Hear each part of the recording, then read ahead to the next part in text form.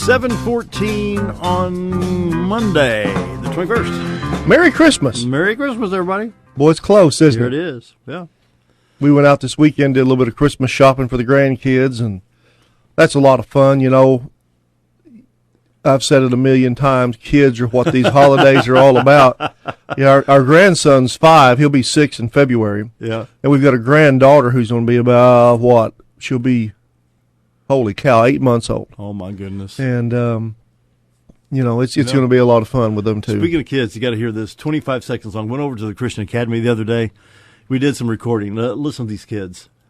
Joy to the world, the Lord has come. Let us receive her King.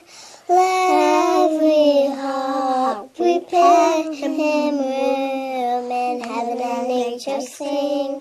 In heaven and nature sing. In heaven and nature sing. How's that? Great. We went over last Thursday night. My grandson goes to school at Viola, and we went over there. They had their Christmas program. And we went over to the gym there at Viola, and it was standing room only. Mm-hmm. And we had kindergarten through about 5th grade, did a Christmas program. And, boy, it was fun. Yeah, that's a lot of fun. Yeah. Well, I have to admit, I'm kind of a kid at Christmas because I can't wait to get the tree up so I get the train going around. You know, I'm one of those guys. Oh, you got the train stuff? Oh, yeah. Yeah. Oh, man, that's about it. We went out, like I said, we went out and did some Christmas shopping, and we're going to be open probably through about lunchtime or so on Thursday at Minute Mechanic. And so if anybody out there is needing car repair, stuff like that done, give me a shout. Let me get you scheduled in because sometime shortly after lunch, I'd say we'll be done. Mm-hmm. You know, there's a time like I think I'd push that just a little bit back.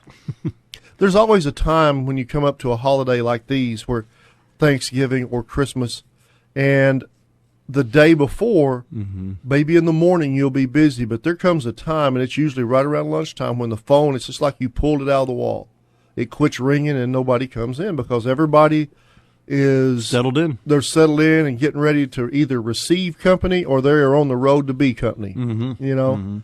And so, yeah, we'll be open Monday, Tuesday, Wednesday, and then part of the day Thursday. I'm not sure when the end of it will be Thursday. Yeah. Well. Yeah, been another year of it, hasn't it? You know what? It seemed like this year just shot by. It did. You know, it seemed, I don't know. It just, you know, earlier in the spring we had a real wet late spring and a wet early summer that led to a lot of flooding around here. And I don't know, it just seemed like we were late getting everything started. And we really didn't have a hot summer. We had some warm days and humidity, of course, but it just seemed like the year shot by. This has been a quick year. You know, I have people tell me every day that the older you get, the quicker the years go by. And there seems to be a little bit of truth to that because this has been a fast one. Next year's going to be a long one because we got to listen to Hillary Clinton until November. Well, hey, next year we got an extra day, though. Well, thanks That's a what's lot. going to make it seem so. We got a leap year coming, Dale. Come on. They having to listen to Hillary Clinton, huh? And, you know, this. Can't somebody stuff a rag in her mouth? Here now, Dale. Oh, shame on me. It's Christmas. Come on, man. I'll wait till January with that. Yeah. This has been a quick year. There's no doubt about it. It was a strange summer.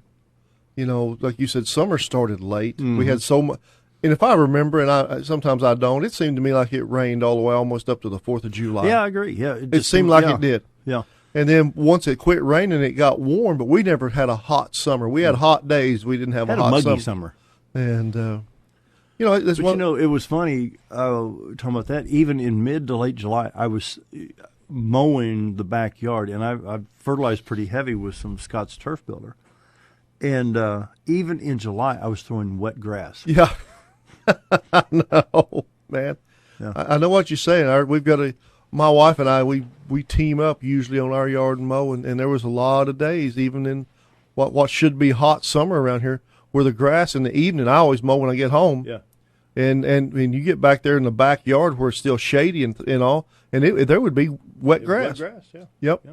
But, you know, it's just we take the weather. We can't do nothing about it. And we'll see what comes for 2016. It's going to be an interesting time. What about new models coming out in 2016? Who's going to be on the top of the heap? We got some good stuff coming from Chevrolet and Dodge. It's everybody's. Ford. Everybody's got stuff coming out. You know, I guess the biggest thing that, in what I pay a lot of attention to was this year, 15 when Ford come out with their aluminum-bodied half-ton pickups. And that's a pretty big step in the pickup stuff, going with aluminum bodies. Frame and all is still steel, but the body's aluminum. And they supposedly...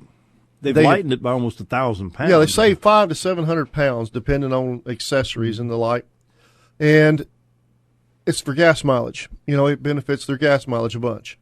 We'll see how the aluminum holds up. We'll see how I know that I have read where body shops and the like said they're going to have some new techniques for doing repair. I started to say, yeah.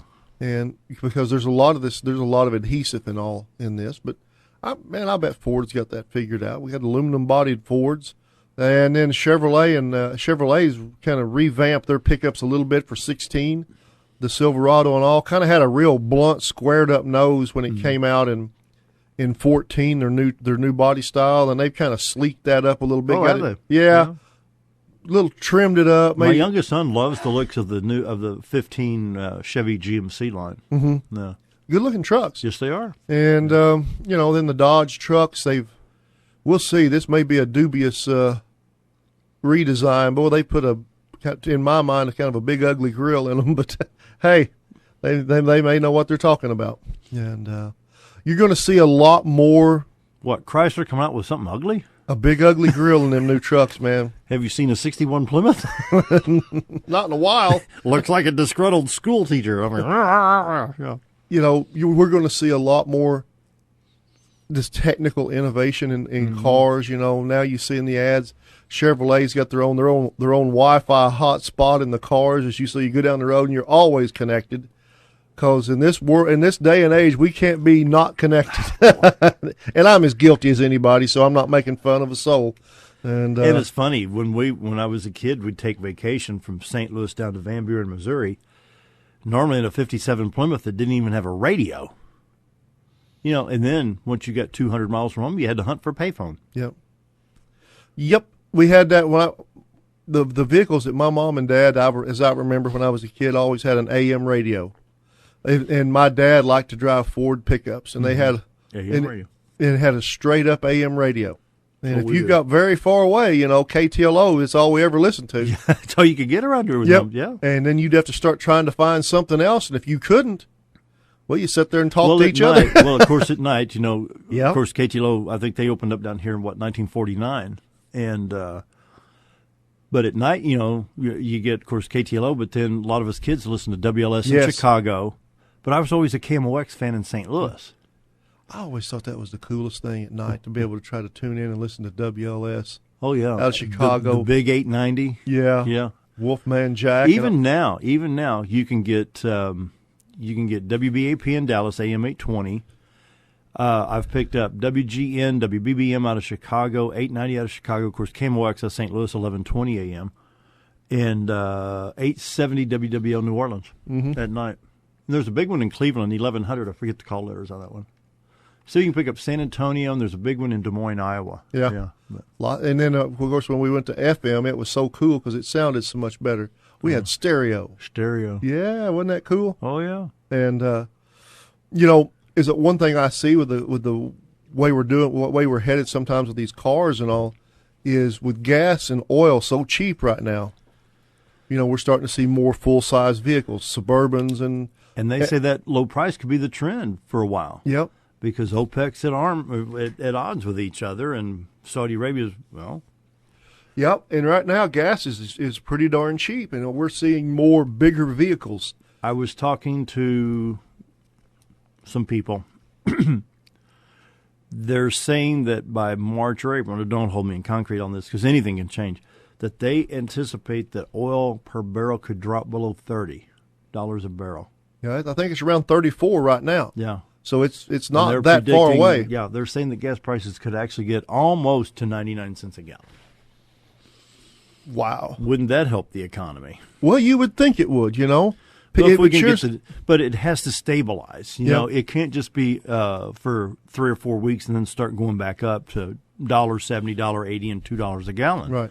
We were talking up at work one day last week, and it seems to be a trend that we've seen repeated several times in our lifetime, where gas gets really cheap, and everybody, me included, runs out, and we're driving bigger vehicles, we're driving high-performance vehicles, things like that, and the next thing you know, there's some kind of a crisis, and then bang, gas prices go back through the roof, and everybody's hung with these big, huge vehicles. Yep. And, you're getting 10 and 12 miles to the gallon, and gas is going to be $3 a gallon or whatever.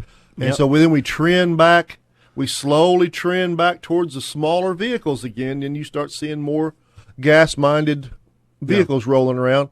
And then eventually it swings back the other way. We were in like D.C. or Vegas one time talking with some of these economical dudes, and they're saying, look, government, stabilize our gas prices because, Ford, Dodge, Chevrolet, we need to know what to build.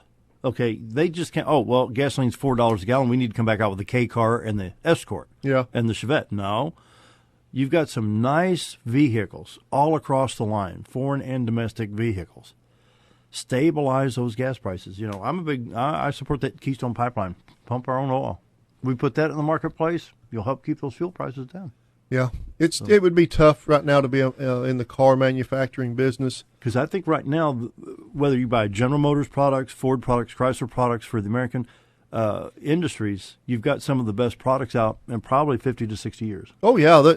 There's no doubt about it that cars across the board are better right now than I've ever seen them. Yeah. They really are.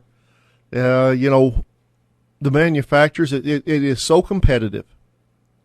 And with the internet to where information on everything is available with the touch of a button, if you're producing a car that's a raging pile of junk, and you and I have seen some in our time, I don't think they make any right now that's just a total lemon.